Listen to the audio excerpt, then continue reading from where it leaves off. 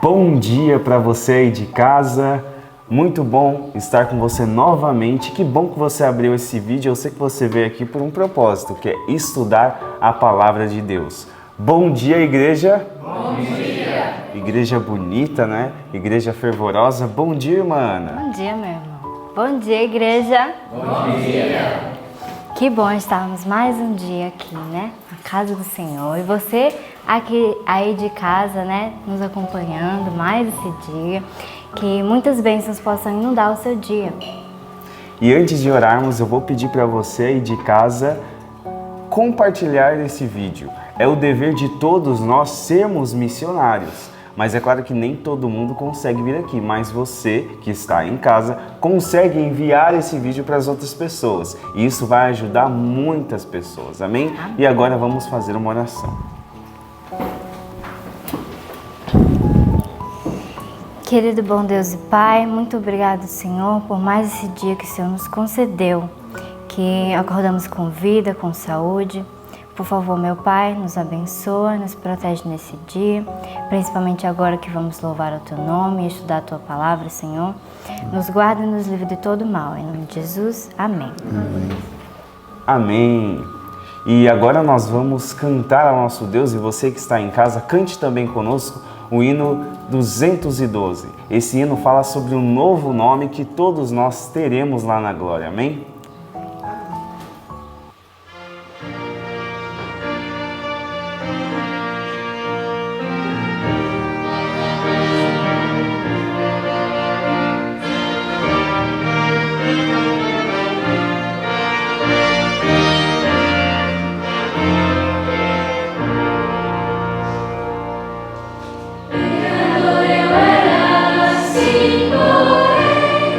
Graça me concrei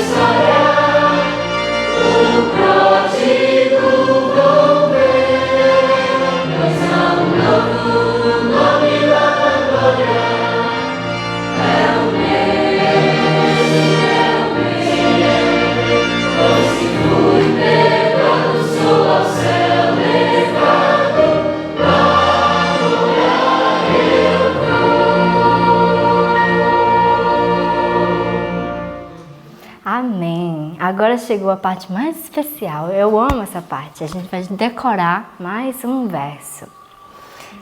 E já pode correr aí e pegar a sua Bíblia, se você ainda não sabe, abre lá no texto que é Efésios 5,16. Abre aí a sua Bíblia, eu vou dar um tempinho para você. Muito bem, Efésios 5,16. Eu vou contar até 3 e todo mundo vai junto, ok? 1, 2, 3. Efésios 5,16. Remindo o tempo, porquanto os dias são maus. Efésios 5,16. Efésios 5,16. Remindo o tempo, porquanto os dias são maus. Efésios 5,16. Efésios 5,16. Remindo o tempo, porquanto os dias são maus. Efésios 5,16. Amém.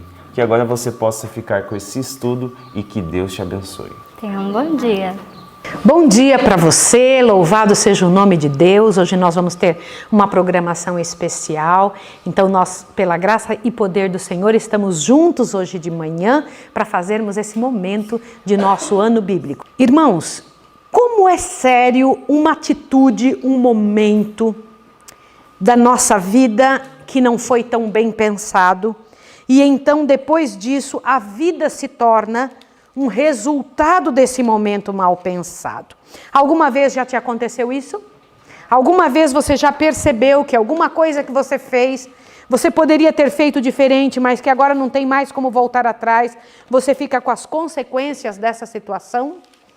É o que nós vamos ver hoje nesse estudo que o Senhor Deus nos deu nessa madrugada, né? Depois da morte de Sara, Abraão casou-se com uma outra mulher chamada Quetura.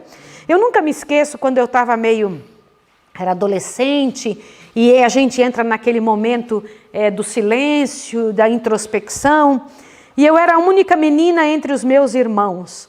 E eu me lembro que eu ficava calada e quieta, meu pai dizia, o que tem essa menina? Aí os meus irmãos diziam, ela está com ataque da segunda esposa de Abraão, Quetura. E nós ríamos muito, né, lá em casa por causa disso. Eles sempre associavam um negócio com o outro. Então, quando os meus irmãos diziam isso, eu me lembro que, como eles faziam essas associações, acabamos lembrando Quetura, esposa de Abraão, e agora você também não vai mais esquecer, tá?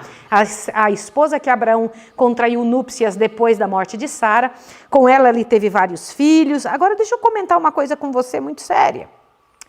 Que interessante que Abraão, antes de sua morte, separou estes filhos de seu filho Isaque. Porque ele sabia que estes filhos não eram herdeiros da promessa e poderiam dar problemas. Agora, às vezes eu fico pensando, onde estão estes filhos? Aonde estão eles? Quem são os descendentes do pai da fé? E onde estão os descendentes do descendente do pai da fé? Algumas vezes eu sou levada a pensar sobre isso. Eu me lembro do pastor Assad Bechara, esteve nos visitando uma vez, quando ele fez semana de oração em nossa igreja, e ele ficou hospedado lá em casa, e aí nós pudemos sugar da cabeça dele. Uma das coisas que eu perguntei para ele foi sobre isso, e ele disse, não só estes, Maísa, mas os filhos de Salomão, que Salomão teve com a rainha de Sabá. Eu falei, ele teve filhos? Teve. E onde estão? E ele foi comentando a respeito destas descendências de pessoas que nós temos um tronco, que é Abraão e Isaque, não é isso? E depois Jacó e assim por diante. Mas houveram outras pessoas que saíram dali, que fazem parte de alguma forma, por isso foram registradas na Bíblia, como filhos do povo de Deus, mesmo que ninguém tenha ouvido mais falar nada a respeito deles. E eu queria comentar a vocês como nós vamos ouvir e falar de pessoas no céu que vocês nem imaginam. Tanto é que depois dos evangelhos feitos, o Senhor Deus comenta, se todas as coisas que tivessem sido feitas, tivessem sido registradas, não caberia no mundo tantos livros. Mas você vai ter tempo durante o milênio de estarmos lá no céu, né? E vendo e estudando estes assuntos, muitas vezes da boca destas próprias pessoas. E eu fico impressionada com isso.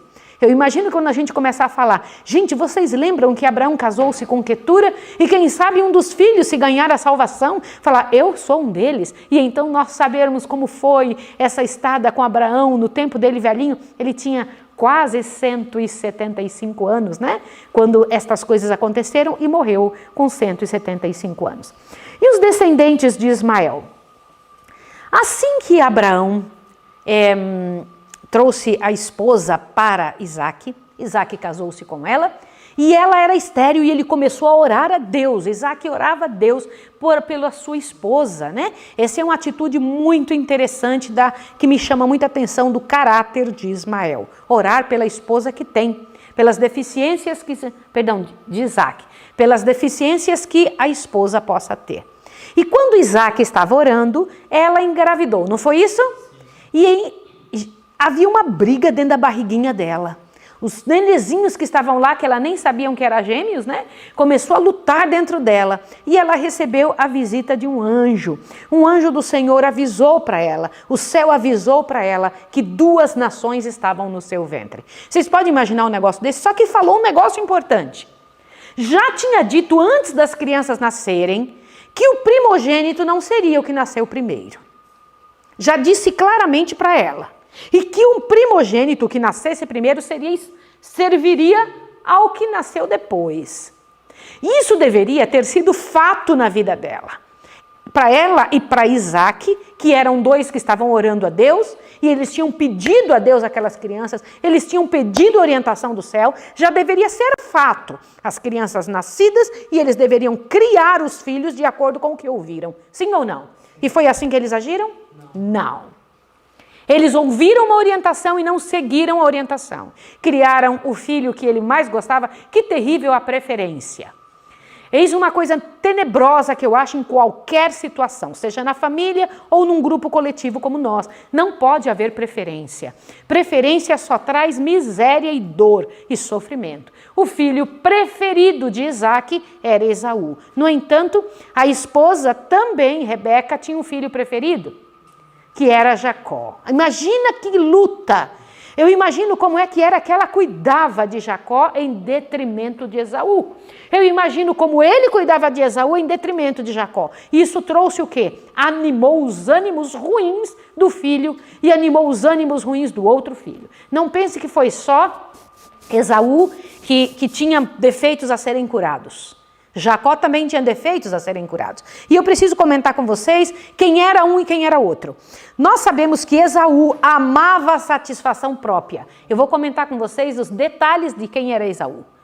Esaú amava a satisfação própria, amava o presente, não fazia previsão para o futuro em absolutamente nada. Não tolerava restrições. Ele tinha amava a vida sem compromisso. Ouviram isso? E ele tinha uma amabilidade turbulenta. O que é amabilidade turbulenta? E ocasional. O que é isso? Te amo hoje porque você está legal, mas hoje eu não estou afim. Dá licença daqui. Amabilidade turbulenta. Olha só, e ocasional.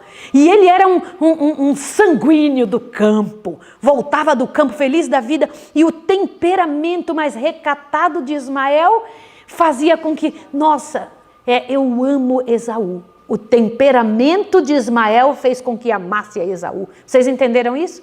Lá estava. Isaque amava Esaú. O temperamento de Isaque era um temperamento mais tranquilo. E quando ele via Esaú daquele tipo de atitude, o que ele fez? Falei, eu vou amar esse filho, é esse filho aqui que me chama a atenção. É desse jeito que eu gostaria de ser, sabia? Eu vejo nele o que eu poderia ter feito e eu não fiz. Então eu gosto desse filho demais. Imagina isso? No entanto, aquele que ficava em casa, e eu lendo essa madrugada, eu lembrava de você, Júnior. Eu lembrava de você, ele que disse, eu me pareço com Jacó. Gostava das coisas mais simples, com esmero e detalhes. Vou falar para vocês quem era Jacó. Jacó era ponderado, diligente, cuidadoso, pensava no futuro, paciente perseverança. O que é uma paciente perseverança? Eu gostei desse termo, paciente perseverança, né? Ele tinha Ele era econômico, gostava de economia, tinha previsão e tinha afeições profundas e fortes. Olha que coisa bonita. Quando ele amava, amava muito. Mas ele era mais tranquilo, mais calmo e gostava das coisas muito bem feitas. Era diferente do irmão? Totalmente. E não era só fisicamente que eles eram diferentes. Lembra que um nasceu totalmente ruivo e peludo, o outro era pacato, branquinho, sem nada ali. Imagina a situação. E cresceram os dois. Mas quem foi criado como primogênito? O que nasceu primeiro e que o anjo tinha dito que não seria assim. Agora presta atenção que você vai ouvir aqui. Gente, o que era a primogenitura? Era o direito de ganhar dobrado as bênçãos da casa e as bênçãos de Deus. As bênçãos da casa. O filho primogênito era respeitado pelos outros irmãos na ausência do pai, como se fosse o próprio pai. Se o pai faltasse, morresse, esse primogênito era respeitado pela viúva como se fosse o próprio marido. Ele ganhava dobrado, porque se os outros filhos precisassem, aliás, ele tinha que fazer isso. Levar a oferta por todos os irmãos. Ele tomava o lugar do pai. Então ele precisava dobrado de bens e ovelhas e o que ele precisasse levar para Deus. Ele levava dobrado. Imagina, agora presta atenção. Mas ele também era responsável por restringir toda a sua vida. Te assusta aqui, ó. Olha o que eu vou dizer para vocês. No caso em que, no parágrafo que começa, devido à sua indiferença para com as bênçãos e preceitos divinos, Esaú nas escrituras é chamado de profano. Eu queria que você encontrasse esta parte. Acharam? Aliás, volta um pouquinho. A parte que eu preciso falar sobre a primogenitura está: as promessas feitas a Abraão, confirmadas a seu filho, eram tidas por Isaac e Rebeca com o grande objetivo de seus desejos e esperanças. É lá na primeira página, praticamente. Aí no finalzinho, eu vou ler para vocês o que é a primogenitura. Olha o que dizia. Aquele que recebia a primogenitura espiritual, achem isso, devia ser o sacerdote de sua família, e na linhagem de sua posteridade viria o Redentor do mundo. De outro lado, havia obrigações que repousavam sobre o possuidor da primogenitura. Quais eram? Te assusta agora. Aquele que herdasse suas bênçãos devia dedicar a vida ao serviço de Deus, como Abraão devia ser obediente aos mandados divinos. Agora te assusta a próxima frase. E em seu casamento, nas relações familiares, na vida pública, devia consultar a vontade de Deus. Quer dizer que essa pessoa não se mandava. Essa pessoa era então agora de Deus. Esaú não queria isso. Falou, não quero esse tipo de vida. Ele achava inclusive que era uma restrição importuna e mesmo odiosa servir a Deus. Eu não quero isso. Para ele, poderio, riquezas e festas e orgias eram felicidade. Ele se gloriava na liberdade sem restrições de sua vida selvagem e errante. Imagine isso. Que tremendo. Eu também te amo, filha. Mas vocês veem que coisa tremenda isso, que quantidade de vida terrível e de ações terríveis que Esaú tinha. No entanto, Jacó não. Jacó anelava dentro do coração, lá dentro da alma, uma vontade muito grande de ser aquilo que Deus pedia. Ele guardava aqui dentro, por que não eu ser o primogênito? Ele ouvia as descrições do pai dele, Jacó queria tanto. No entanto, te assusta o que eu vou te falar, ele queria servir a Deus, não queria? Ele queria a primogenitura, não queria? Ele queria as bênçãos espirituais. Ele queria fazer tudo o que Deus queria. Mas faltava uma coisa nele, eu quero chamar a atenção de vocês. Por favor, ele queria ser o que Deus quisesse, mas faltava uma coisa. O que era? Ele não tinha conhecimento experimental. Eita, gente! Ele não tinha conhecimento experimental de Deus. E isso não ajudava ele. Ele até tinha vontade de fazer a vontade de Deus, mas não tinha o quê? Ele não tinha conhecido Deus, ele queria fazer a vontade de Deus sem conhecer a Deus, não tem como. Vocês estão entendendo por que os cursos dessa casa aqui não podem ser online? Não tem como ser online. É preciso treinar aqui dentro a conhecer ao Senhor. É preciso compreender. Observa isso aqui agora, olhem bem. Com um anelo secreto, escutava tudo o que seu pai dizia com relação à primogenitura espiritual, era Jacó. Entesourava cuidadosamente o que aprendera de sua mãe. Dia e noite o assunto lhe ocupava os pensamentos, até que se tornou o interesse absorvente de sua vida. Que coisa linda! Ele só pensava nisso. No entanto, olhem bem, mas, conquanto Jacó assim estimasse as bênçãos eternas mais do que as temporais, não tinha um conhecimento experimental do Deus a quem ele venerava. Seu coração não se havia renovado pela graça divina. Entenderam isso? Filhos, olhem o que a gente tem que pedir. Nós queremos servir a Deus, queremos ser missionários, queremos servir ao Senhor. No entanto, essa é só uma vontade. É só um desejo, é só uma decisão. Para que essa decisão se torne realidade e ação verdadeira, é preciso ter um conhecimento experimental de Deus. Peça isso.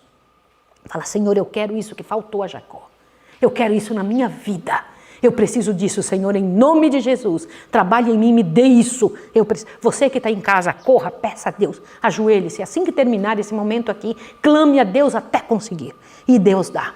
Deus concede. O maior desejo de Deus é que tenhamos isso. E vocês sabem que, como Esaú era condescendente consigo mesmo, ele gostava de satisfazer o apetite. Veja que coisa séria. Gente, eu preciso que vocês pensem nisso. Não lhe foi restringido o apetite, portanto, ele não aprendeu a restringir suas paixões. Foi isso ou não foi? Irmãos, olha que sério, como o apetite está intimamente ligado à capacidade de vencer pecados, de vencer o próprio eu. Isso é sério ou não? Era um que não suportava ficar com fome. Ele dizia, eu quero comer agora e acabou. E nós já sabemos o que aconteceu, né? Isaac sabia que não era a primogenitura que deveria ser dada a Esaú, sabia ou não? Sabia. Mas o que foi que ele fez? Aliás, Isaac tinha outro problema, além da preferência com esse filho, além de tentar burlar as coisas e fazer do seu jeito. Vocês se lembram quando ele chegou numa outra nação, e quando ele chegando nessa nação, a esposa muito bonita, o que foi que ele fez? Espera aí, o mesmo pecado que quem tinha feito? O nome disso é pecado por herança. Pecado por herança. Aliás, eu gostaria que você procurasse aqui no nosso canal, onde você está assistindo.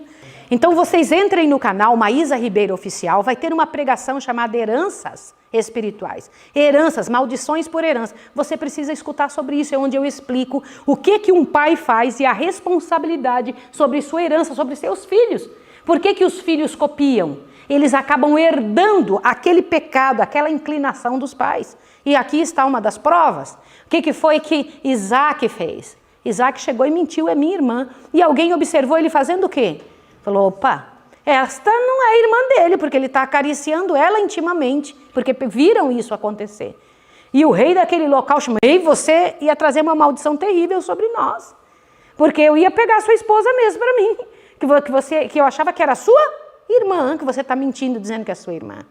E você se lembra de uma outra situação que aconteceu ali, quando nós estamos estudando o capítulo da Bíblia, sobre os poços que foram fechados. Vocês lembram disso? Ele está caminhando com todo o seu povo, lá está Isaac caminhando com todo o seu povo, e os poços que tinham sido abertos para o Abraão, ou mesmo por ele, o que é que as pessoas daquele campo e daquele lugar faziam? E por quê? Eu quero que vocês analisem. Por que as duas histórias estão juntas? A história da mentira dele e a história desses poços. Vamos lá, vocês têm que pensar. Bora, pensem. Por que Deus mandou registrar essas duas coisas juntos? Na terra de Abimeleque estava acontecendo isso. Bora.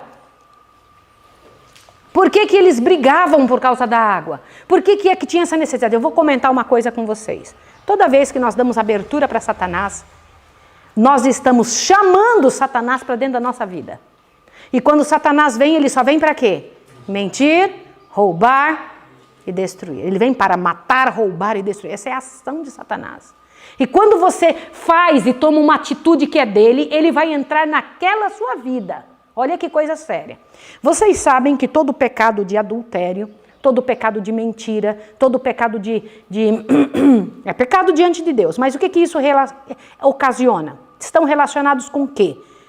O pecado da mentira, quando você mente com alguém, você está enganando a pessoa. Você está burlando, você está tirando da pessoa a oportunidade da verdade. O que foi que ele recebeu em troca? O que aconteceu com o trabalho que ele estava fazendo com relação àqueles poços? Pensa, quem foi que fez isso? Foi um anjo do céu que veio e trouxe para ele essa maldição? Aonde ele abria, vinha maldição e briga atrás, vinha ou não vinha? Foi isso ou não foi? Ele abriu espaço para Satanás trazer para a vida dele o que ele estava tentando, pela sua mentira, dar a Abimeleque e a sua família. Você tem que pensar sobre isso. O que a gente faz de ruim e de errado para com alguém vai vir em galope, em dobro para cima da gente. Porque Satanás vai dizer, você me deu liberdade, agora eu vou acabar com você. Se foi um pecado sexual, você pega e vai e estraçalha a vida de alguém, ou engana uma moça, ou engana um rapaz, ou seja o que for que você faça escondido, ninguém sabe. Satanás entra na sua vida e fala, agora a tua vida sexual é minha. Agora você vai ver o que eu vou fazer na sua vida sexual. Vocês não têm ideia o que Satanás é capaz de fazer. Ele só vem para quê? Matar. É isso que ele faz. Você deu, e é exatamente no pecado que você faz. Digamos que você vai lá e fala mal de alguém. O que vão fazer com você? Vão falar mal de você. Porque você deu liberdade. O diabo fala, eu tenho direito sobre essa área da vida dessa pessoa. Se você é preguiçoso, os teus filhos vão receber a maldição da preguiça. Porque Satanás vai trazer isso para a sua vida. Gente, é uma troca que ele faz. Você me deu liberdade, eu vou estraçalhar você nessa área. Vou acabar contigo, não tem jeito. É terrível, gente. É terrível. Seus empregados serão preguiçosos. As pessoas que você vai lidar, não vai ter progresso na sua vida. Quando você é preguiçoso, não tem progresso. Tudo que forem fazer para você vai ser ruim. Vai ser mal feito. Do jeitinho que você oferecer para as pessoas. E quando eu paro para pensar nisso, eu fico, meu Deus, que coisa terrível. E Esaú vivia dentro de uma realidade do que ele tinha plantado. Ele gostava da vida de satisfação própria, ele queria casar-se com mulheres que Deus falou que não era para casar, se envolveu com isso e tinha sido a amargura dos pais, os casamentos dele com gente do mundo, era isso ou não era? E ele não estava nem aí, a vida espiritual para ele não tinha nenhum tipo de atração. Um dia ele chega da rua, cansado, e o irmão está fazendo um guisado de lentilhas. Aliás, lentilha nem é tão gostoso assim, mas era uma tal de lentilha vermelha, né? Um guisado vermelho, e Isaac, que Jacó fazia comida cheirosa, Isaac achava cheiroso, Rebeca achava cheiroso, todo mundo gostava, não era isso? Raquel, todo mundo gostava, todo o planeta inteiro gostava, a família, todo mundo gostava. Agora te assuste. Lá chega Esaú da rua morto de fome. Me dá um pouco aí. Ele fala, só se você me vender o teu direito de primogenitura. Eu não entendo Jacó. Como é que ele queria comprar algo que já era dele? Ele também não acreditava no que Deus tinha dito para os pais. Aí o outro falou, que me serve primogenitura se eu estou a morrer de fome? Ele não tinha aprendido a dominar-se. Aí ele falou, me daí, daqui que eu vou comer e acabou. Encheu a barriga e saiu feliz da vida. Um alívio tremendo. Falou, ainda bem que eu não tenho nada a ver com esse negócio de primogenitura, que só é um problema na minha cabeça. Pode ficar, fica para você. Você até parece mais com isso, pode ficar. Tal.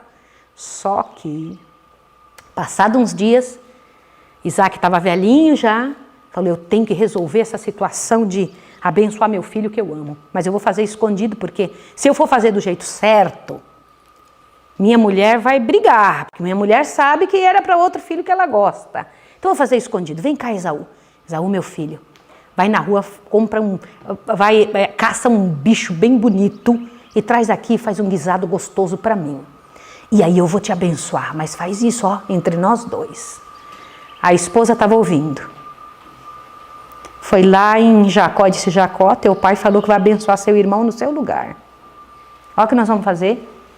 Pode preparar aqui, me traz que eu sei preparar do jeitinho de Esaú. Traz lá. Vamos lá. Eu vou fazer e o seu pai vai gostar. E Jacó disse, mãe, não vamos fazer isso com meu pai.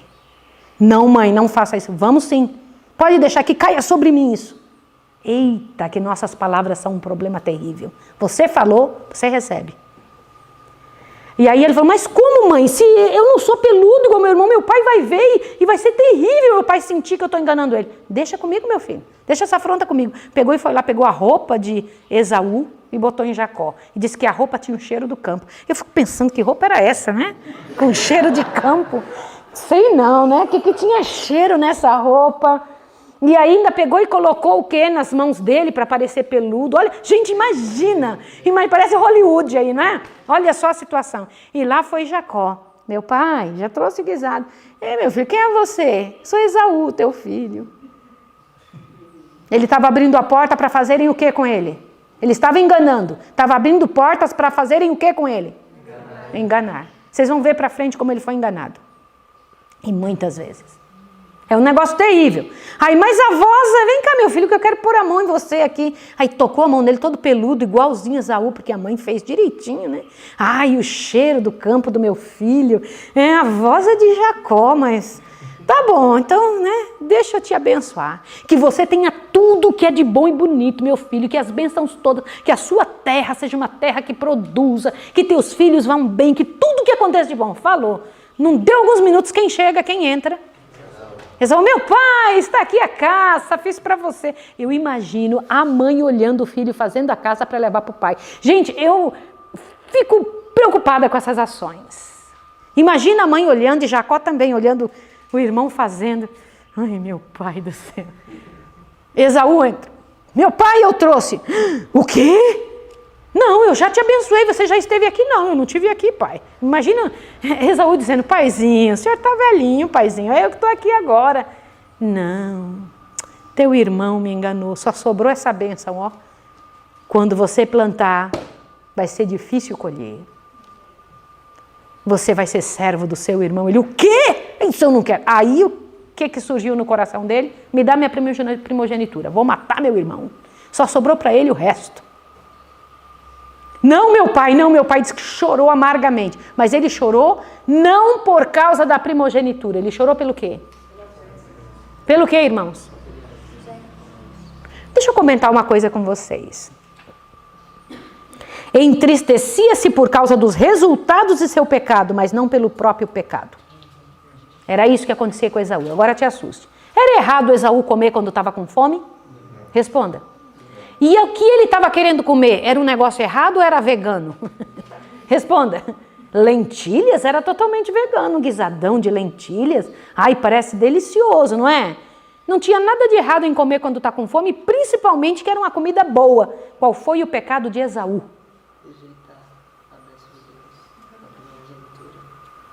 Qual foi o pecado de Esaú? Raciocina, você que está em casa. Ele, olhe bem, ele trocou o melhor, a altura que Deus tinha dado, por algo menor, porque não queria mudar de vida. Oi? Ele trocou umas bênçãos momentâneas terrestres pelas bênçãos do céu que é eterno. Sim. Fez pouco caso, né, da bênção que Deus tinha prometido já desde Abraão ali, o Isaac, a Sim. Rebeca acalentava isso e Esaú comparou esse contrato comigo. Muitas pessoas pensam que o erro dele foi comer. Não foi comer. O erro dele foi atitude. Olhe bem o que Deus está te chamando para um trabalho assim, só que tem. Esse aqui é o bônus, mas tem o ônus. Tem a dificuldade para chegar lá. Ele não queria dificuldade, ele queria a posição sem a dificuldade. Me dá aqui a posição, mas eu não quero nada que seja de difícil para... Ele não queria dominar-se. Ele não queria entrar na situação de verdade e nem queria o grande trabalho que daria ser um primogênito de verdade no meio do povo. Ele não queria isso. E vocês têm que pensar sobre isso. Isso é muito sério. O grande pecado de Esaú acaba sendo o pecado de muita gente hoje. Muita gente hoje. Vou dizer uma coisa para você que diz aqui no livro.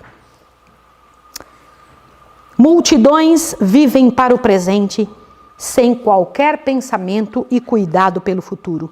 Como Esaú clamam, comamos e bebamos que amanhã morreremos. São governados pela inclinação e, de preferência, a praticar a abnegação, renunciam às mais valiosas considerações. No caso em que uma destas deve ser abandonada, ou a satisfação de um apetite depravado, ou as bênçãos celestiais prometidas, somente o abnegado e temente a Deus prevalecem as exigências do apetite. e Deus do céu e o céu são virtualmente desprezados. Agora presta atenção. Quantos, mesmo dos professos cristãos, aderem a certas satisfações que são prejudiciais à saúde e que embotam as sensibilidades da alma?